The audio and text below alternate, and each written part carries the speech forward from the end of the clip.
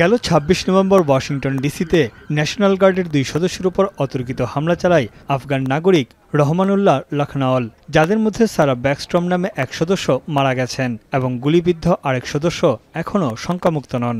এই ঘটনায় হামলাকারীর বিরুদ্ধে হত্যা মামলা দায়ের করা হয়েছে। এটিকে সন্ত্রাসী কর্মকাণ্ড উল্লেখ করে একদিনের মধ্যেই অভিবাসন নীতিতে কঠোর বিধিনিষেধ আরোপ করেন ট্রাম্প। এরই মধ্যে অবৈধ অভিবাসীদের জন্য বন্ধ হচ্ছে যাবতীয় ফেডারেল সুবিধা। আফগানিস্তান, ইরান, মিয়ানমার সহ ১৯টি দেশের গ্রিন কার্ডধারী নাগরিকদের অভিবাসন প্রক্রিয়া পুনরায় যাচাই বাছাইয়ের নির্দেশ দিয়েছেন ট্রাম্প। এমনকি তৃতীয় বিশ্বের সব দেশ থেকে অভিবাসন প্রক্রিয়া স্থগিতের আহ্বানও জানান মার্কিন প্রেসিডেন্ট। আটক সন্দেহভাজন হামলাকারী স্ত্রী ও ৫ সন্তান নিয়ে ওয়াশিংটনে বাস করতেন। এখন তাদের যুক্তরাষ্ট্র থেকে বের করে দেওয়ার পরিকল্পনা করছে ট্রাম্প প্রশাসন। এমনকি বাইডেনের আমলে তালেবানের শাসন থেকে পালিয়ে যুক্তরাষ্ট্রে আশ্রয় নেওয়া আফগান নাগরিকদের বিষয়েও কঠোর সিদ্ধান্ত নিতে যাচ্ছেন ট্রাম্প।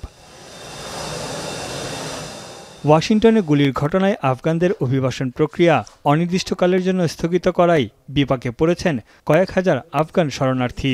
যুক্তরাষ্ট্রে প্রবেশের স্বপ্নও এখন ধুলোয় মিশে গেছে তাদের। ভুক্তভোগীরা বলছেন তাদের শেষ নিরাপদ আশ্রয় ছিল যুক্তরাষ্ট্র। আফগানিস্তানে ফিরে গেলে তালেবানের হাত থেকে রেহাই পাবে না তারা। خانه دیگر در اونجا نیست، امید نیست. چی باید بکنم؟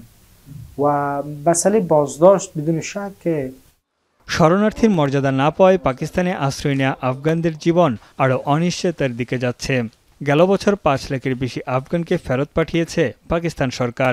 আফগান শরণার্থীরা জীবনের নিরাপত্তা নিয়ে শঙ্কায় আছেন।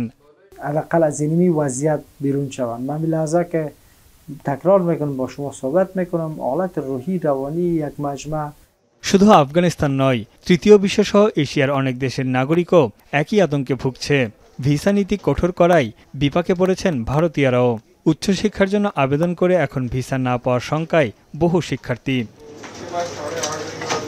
দিল্লিতে অবস্থিত ভিসা সুবিধা প্রদানকারী প্রতিষ্ঠানগুলো বলছে গেল কয়েকদিনে মার্কিন ভিসা ইস্যু করার হার কমে গেছে অনেকাংশে।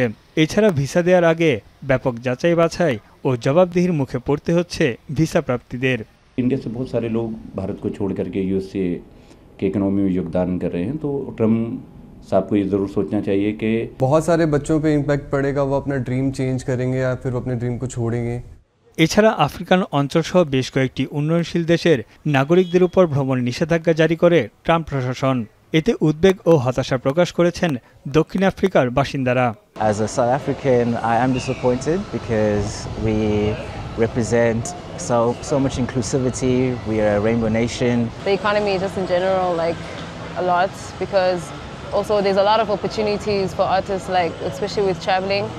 যদিও যুক্তরাষ্ট্রের অভিবাসন প্রক্রিয়া স্থায়ীভাবে স্থগিতের বিষয়ে ট্রাম্প নির্দিষ্ট করে কোনো দেশের নাম উল্লেখ করেননি।